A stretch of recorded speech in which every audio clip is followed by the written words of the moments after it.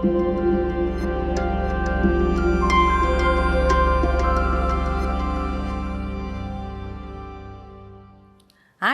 I'm Catharina Mallet. I am so excited to be here with you.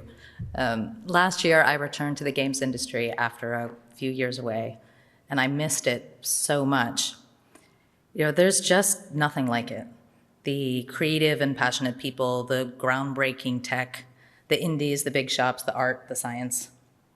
But most of all, I miss that feeling when a player tells you, I love what you made, and playing it made my day better. Our job is to delight people. It doesn't get much better than that. So there's a reason why gaming is larger than both the music and the movie industries combined. Yes, games are about immersion and play, adrenaline, distraction, but they're also about choice. Through the choices that I make as a player, my experience will be different from yours, and maybe even different from my own experience the last time I played. And as game developers, we give players the power to make choices that reflect and even change their view of the world.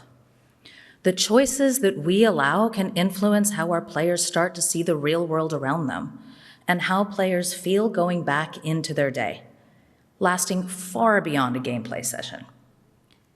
You know this better than anyone. With games, players tell stories, they play out fantasies, and they even discover what brings them joy. And there are few greater examples of this than The Sims.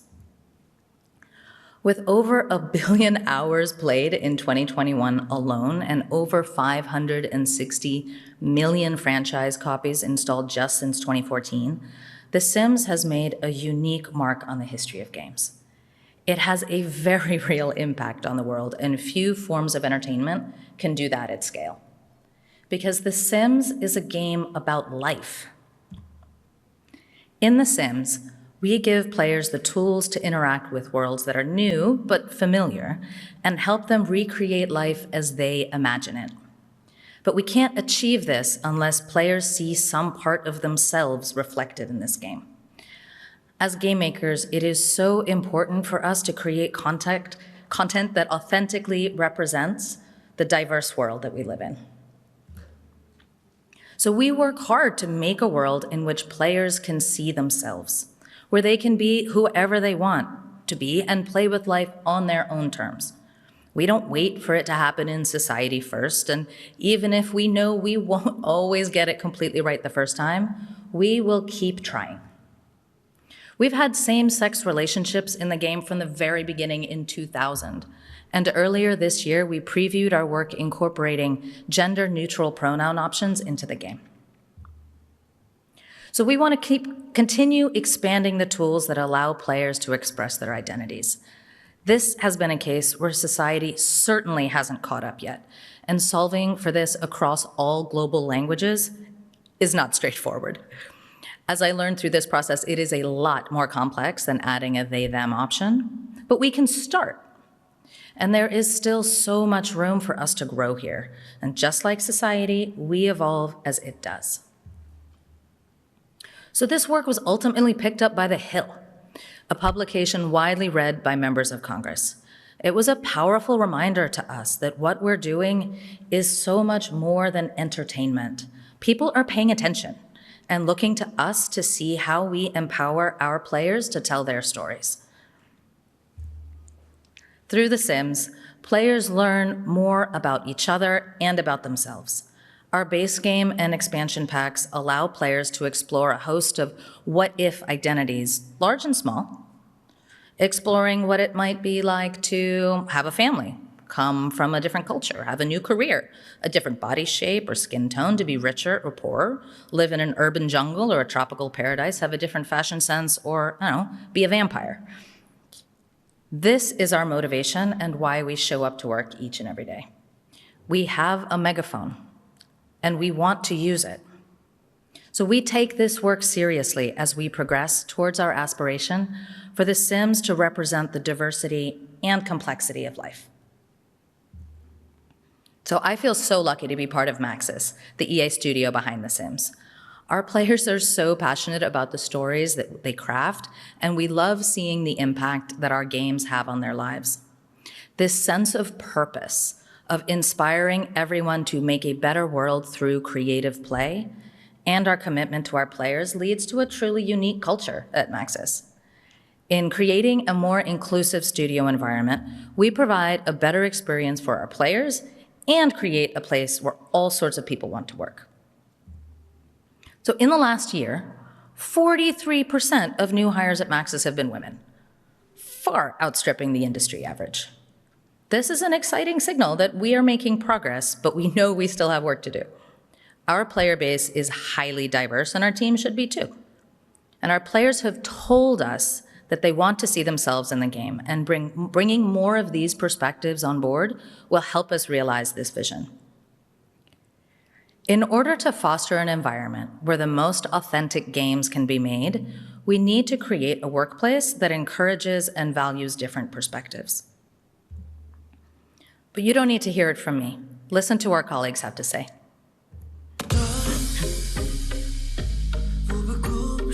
I feel like I belong at Maxis because Maxis really embodies a people-first mentality. It goes beyond just platitudes on a wall or in a presentation to the way that we live, breathe, and act every day. Creating more inclusive games by working with people and talking about lived experiences and working with consultants to learn more about other people, other cultures, other experiences creates an opportunity to make our games more approachable for everyone. What we do here matters to me because it matters to all the people out there who didn't see themselves represented in games or media before and now have the chance to explore lifestyle, explore themselves. And that matters to the team. Working on a product that's really beloved is wonderful. Working on one that's beloved and able to enrich the world, that matters a lot to me. It's been a huge honor to be able to work on the Sims team and be able to see people react to being able to make a sim that looks like them. We're inclusive in the real sense of the word. The tapestry of individuals that makes up our team is a collection of different life experiences and perspectives, and I think that comes through in our games. Before The Sims, I worked on a variety of games where the primary verb was kill. Kill your opponent, kill the monster, kill the beast. But here at Maxis, for the first time, the primary verb, what we do is create. It's a world of difference. We have a very imaginative and creative team, and that just creates a space to experiment and to play. I think it's really valuable. I think there's a lot of one-to-one meetings at Maxis, so there's a high premium on creating intentional conversations. We have people who started working here while The Sims 2 was in production, and we have people working here who grew up playing The Sims and now get to build it. One of the reasons I love working at Maxis is we get to build stuff that no one else in the industry even attempts. We joke that we always try to solve the hardest version of every problem, but I think that's a good thing. Hard problems can be the most engaging and fulfilling to work on. I've heard this pitch about, oh, let's add versatility to our game characters. I've heard that so many times on every project, but those guys who were talking to me, they actually meant it. And for me, that was like, oh, you're bananas, guys. I love it. Can I come work with you? I came to Maxis because Maxis has a reputation of being a place that people can make home. It's a place where people are taken care of, where they're listened to, and where they're supported in becoming the best in their craft. I've been in the industry for 10 years now. This place feels like home.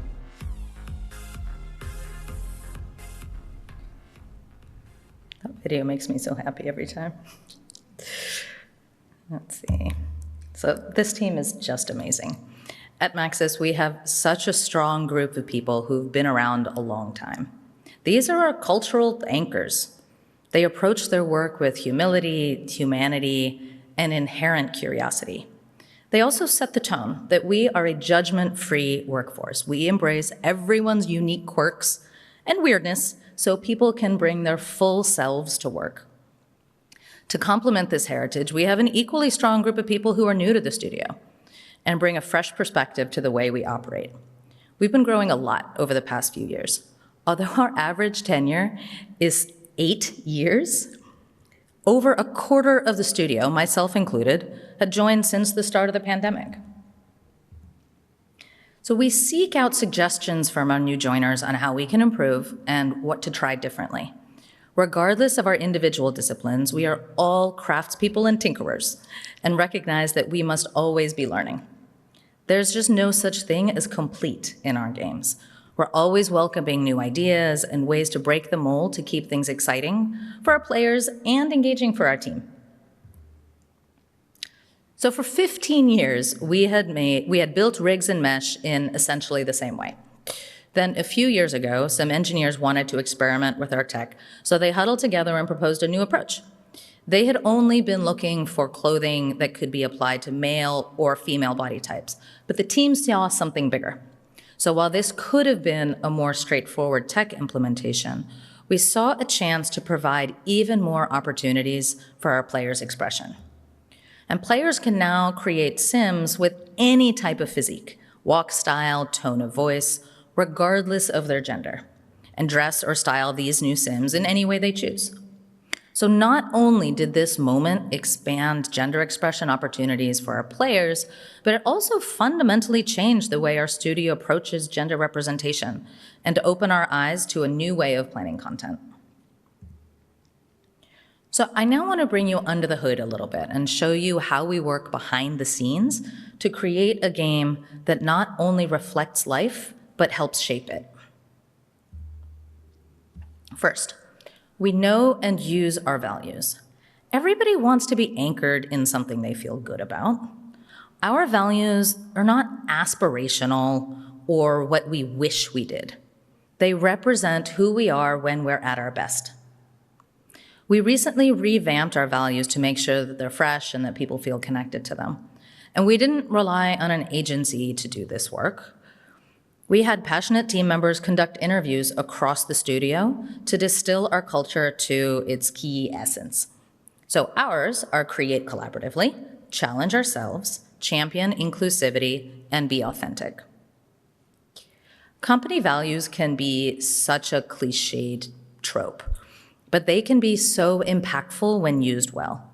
Having strong values that help us know what decisions to make when we're stressed or under pressure is what makes the difference between scaling successfully or dramatic collapse. I have seen this firsthand. When a team is small and everyone talks to everyone, leaders implicitly model the team's values through behaviors and interactions that everyone sees. During periods of change, however, with growth or a change in strategy or an organizational shakeup or, pandemic, having articulated, useful values are an important compass. So alongside goals or OKRs or whatever your model is for saying, here is where we want to go, values are how you communicate how the team should get there. They become a social contract, a sense of cohesion that aligns the team even when they no longer interact with each other the way they could when they saw each other every day. Championing inclusivity and being authentic are part of our values because it's critical to our game, to our players, to our team, to our business. It's not a strategy, it's who we are. Next, to build teams with diverse backgrounds to actually inform these authentic experiences, we need to ensure that we're hiring free of bias and have teams that authentically represent the diversity of our audiences. We look for diversity in all its forms: professional skill sets, demographics, and lived experiences. And as part of our hiring process, our recruitment panels are trained to understand implicit bias, and they're equipped with questions that favor inclusion. Plus, our job descriptions, they're fed through a processor that checks for language that might feel exclusionary. We encourage our hiring managers to consider alternative backgrounds and complementary skill sets, and are leaning into our efforts to recruit early career talent into the industry. In what's a big step for us, we've committed to a remote-friendly hybrid working model for the studio and can now hire the best talent regardless of location. And this gives us access to a much broader range of lived experiences to inform our designs. When we review interview feedback, we have a third-party person who facilitates these conversations to ensure there's no bias in the feedback that we give, and all of our employees receive training to make sure that they uphold our inclusive culture. Hiring is, of course, only the first step, though. Inclusivity isn't just about having a diverse team. It's about creating a culture that encourages diverse perspectives to be heard. So we seek to operate in a way that allows everyone to contribute and make an impact beyond the limits of an individual team or function. For example, to pull off an authentic representation of higher education for our Discover University expansion pack a few years ago, we knew we couldn't just draw from experiences in the American educational system. So as we started brainstorming designs, we reached out across the team, specifically looking to explore global educational experiences. Through this process, we found tech leads who went to school in India, gameplay engineers who went to school in South America and the UK, and artists who studied in Japan. Workshops with these teammates helped unearth differences and commonalities across these unique educational experiences, ultimately informing the features that allowed our players to feel that their own unique experiences could be represented. If we're exploring a topic that is beyond our team's expertise, we'll actively seek out people who have those lived experiences, either through the very popular employee resource groups or ERGs across EA, or by bringing in outside experts. For our fashion kits that were inspired by styles found on Fashion Street in Mumbai, or the airport fashion runways at Incheon International in Seoul, we partnered closely with external consultants who helped us design collections that authentically celebrated the trends and cultures in those cities. This emphasis on listening to the team extends beyond game features to how we operate the studio. A few months ago, I started what I called a listening tour to meet with employees across the entire studio. It was so helpful. I recommend it so highly. I sat down with people of all levels, tenure and working style, to understand how they were feeling about the prospect of hybrid work. I wanted to understand their pain points, their preferences, how they were juggling home life, integration, and just what they were worried about. So as a result of this, we decided to test run a large hybrid meeting, roughly half in the office and half virtual. It was a hot mess. Half the people were staring at the back of my head while I was looking at those on screen. Half didn't feel like they could speak up in the conference room. And it was just not an inclusive experience. So we realized that large meetings are best for virtual platforms, focusing in-person meetings on workshops and highly collaborative interactions. And this has fundamentally changed the way that we were thinking about the expectations we set for our teams about working in hybrid. We also learned that people love recorded meetings. They like having the flexibility to check in and what was shared on their own time. We work across multiple time zones, and catering to this has made a huge difference. Most importantly, we were reminded that senior leaders aren't necessarily equipped to determine the best working style for every team and every employee. Instead, we're here to set the tone, reduce barriers, and provide the tools for people to work in ways that make sense for them and their teammates. We do engagement surveys and we do monthly pulses, and they're valuable, but they don't replace just sitting and listening. Pre-pandemic, I would have spent a lot of time just walking around the studio, chatting with people. But new working styles require new ways of engaging, and so I'll be continuing my listening tours and holding office hours. We've also implemented cross-studio volunteer committees. We call them Sul, after hello in Simlish, to help support team health, productivity engagement across the studio, focused on topics like recognition, welcoming new team members, asynchronous productivity, or whatever else the team decides. These committees help us engage voices from across the team who are passionate about a topic, rather than just going back to the same usual suspects or relying on seniority or function. We also engage our community to understand what matters to them. At the end of the day, our players are at the center of everything we do. Alongside consumer and player insights research and playtesting, we're continuing to refine our methods for listening to our community and finding new and healthy ways to involve them. For our work on customizable pronouns, we've sought super valuable feedback from not only our external and expert partners, but the player community at large. Sharing work in progress was a big step for us, and one we'd really like to do more of. We want our game team to be able to connect directly with our players and fans in a psychologically safe way. And we're exploring how we can create even more ways to do so, whether it's live streams, dev diaries, forums, listening sessions. It's an ongoing journey and one that we're getting better at.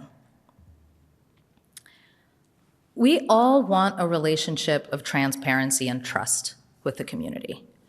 Our players care so much about The Sims, but we've seen at times that this passion can take a turn from positive to negative, directed at our team members on the front line.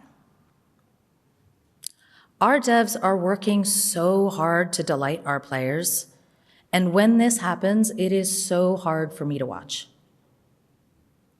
And it's not okay.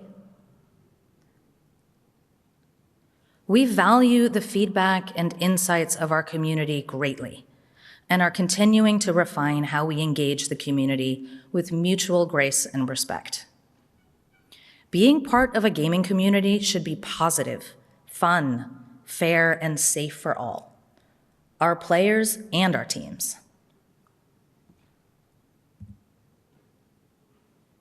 As you can probably tell, I am extremely proud to be part of Maxis in The Sims. Not just because we make a game that players love, but I know what we do matters. Our ambition is to inspire everyone to make a better world through creative play. Our employees are really good at what they do. They have plenty of options for where they could work. And we know that this sense of purpose is part of the reason they choose Maxis and what motivates us to show up every day to deliver for our players. Making impactful entertainment is hard. Hiring the right individuals, it's hard. Engaging and retaining large teams is hard, change is hard. But working alongside diverse team members makes these challenges a lot easier, a lot more fun, and a lot more likely to yield successful results. And I actually think that our new remote-friendly working lifestyle is helping us. Now we can bring in more geographic diversity and work more seamlessly across North America and Europe. We're going after the best talent, regardless of location. And this not only helps us bring in more hard skills, but also allows us to open the door to soft skills and unique experiences that help us make a better, more inclusive game. Previously, almost all of our developers were based in Northern California, with Northern California experiences, and they were mostly only familiar with Northern California. And the pandemic changed that. And we're now able to benefit from this global diversity of experience. Now we can hire employees who understand what it's like to be a parent in Stockholm or a recent grad in Toronto. So working remotely has also led to a greater appreciation of the complexities of people's lives, and it builds empathy and trust across the team. In the beginning of the pandemic, working from home was a jarring experience. And over time, it's become the norm, right? We get glimpses into our boss's living room, children bust through doors, cats walk on keyboards. We understand if someone needs to go off camera or needs to go pick up their kid from school. And there's less of an expectation that you have a work self and a home self. And this openness has really helped lower many barriers, myself included. I have 3 young kids. I live in the Boston area. And the majority of my team is on the West Coast. Before the pandemic, I'm not sure that this job would have been doable without uprooting my family's entire life and moving across the country. I was able to take on a job that aligned with the impact that I want to make, not because it was the most convenient or physically close to home. My whole team is now used to seeing my kids come in for a hug when they come home from school. And I love that my 8-year-old daughter can see what my work entails. When I grew up, my mom left home at 7 in the morning, and she came home 12 hours later. And I am so happy to be able to be a much more present role model for my kids. Our new ways of working are also leading to more inclusive communication. We have fun and extremely active chats during our town halls, and we have entire Slack channels dedicated to giving kudos to our teammates. We have shared digital puzzles and impromptu huddles, and with digital tools like Miro and Loom and Zoom, people are empowered to jump into the conversation and engage with people across teams and seniority levels, and it works. People who previously may not have been comfortable stopping a senior leader in the hallway are perfectly happy to reach out on Slack. And it's leveling the playing field across the whole studio, and it's fun. So I'm clearly excited about our future. We are committed to being more inclusive of different backgrounds, races, genders, geographies, and ways of thinking than ever before. We, of course, want to attract gaming experts, but we realize that there's enormous potential outside the industry. We need fashion designers, artists, architects, e-commerce specialists, machine learning experts, and so much more. We view non-traditional experience as an asset, not a drawback. So, pulling this all together, inclusivity allows us to attract a broader range of talent and provide a more authentic experience for our players. We all know that diverse, inclusive teams have better business outcomes. Plus, it creates a more interesting and engaging environment to work in. It's a win, no matter how you look at it. Since The Sims 4 launched 8 years ago, monthly active users has grown every year. A testament to the passion of our players and the creativity of our team. We are still tackling new technical challenges, building groundbreaking new features, and finding new and innovative ways to engage with our players for years to come. Plus, we're building something big and ambitious. We're excited and we're passionate about what's to come, and it's pushing us to examine how we build our teams and how we innovate for the future. And all this means we're taking a moment to reflect on our culture, consider how we work in this post-pandemic world, and take advantage of the changes wrought by the last few years. We're 21 years into this franchise, and we're just getting started. So thank you all. It has been so good to be here. I haven't been to an in-person conference in over 2 years, so I can't thank you enough for having been here with me. We don't have time for questions, but I am going to be in the wrap-up room over there if anybody wants to pop by and keep the conversation going. Thanks.